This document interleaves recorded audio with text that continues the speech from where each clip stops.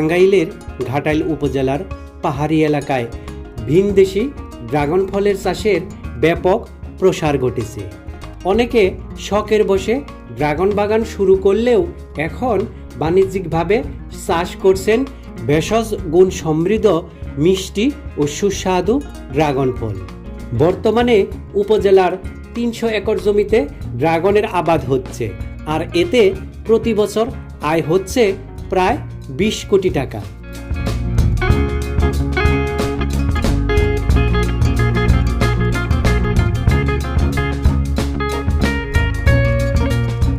ঘাটাইলের পাহাড়ি এলাকার ৬০টি ইউনিয়নে ছোট বড় ৫০টি ড্রাগন ফলের বাগান রয়েছে। এই ফলের আদি নিবাস মেক্সিকো হলেও বর্তমানে বাংলাদেশের ঘাটাইল সহ বিভিন্ন এলাকায় ব্যক্তি উদ্যোগে এই ফলের আবাদ শুরু হয়েছে। মিষ্টি ও হালকা টক জাতীয় স্বাদের নানা পুষ্টিগুণে ভরা এই ফল ভেষজ ও ঔষধি গুণ থাকায় ক্যান্সার, কিডনি ও ডায়াবেটিসের সমস্যা সহ বিভিন্ন রোগের প্রতিষেধক হিসাবে কাজ করে ড্রাগন ফল।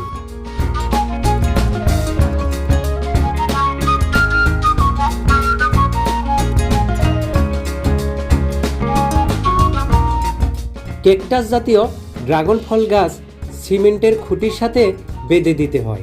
ড্রাগনের ফুল সাদা ও লালচে, লম্বাটে এবং অনেকটা নাইট কুইনের মতো হয়।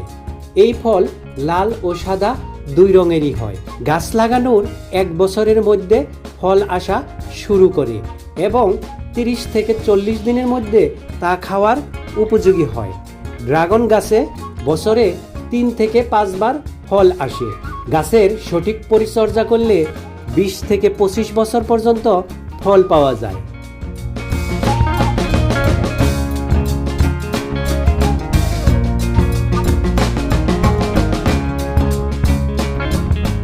ঘাটাইল উপজেলার ড্রাগন চাষী সমিতির সভাপতি আবু হাসনাত তালুকদার ২০১৮ সালে ঘাটাইল উপজেলার কাজলা গ্রামে প্রথম ড্রাগন ফল চাষ শুরু করেন।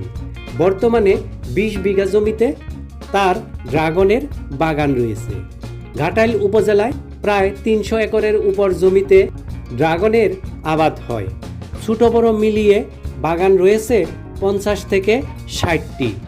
১ বিঘা জমিতে ৫০০টি চারা রোপণ করা যায়। প্রতি মৌসুমে একটি গাছ হতে ১৫ থেকে ২০ কেজি ফল পাওয়া যায়। টানা ১৫ থেকে ২৫ বছর পর্যন্ত ফল পাওয়া যায় ড্রাগন গাছ থেকে।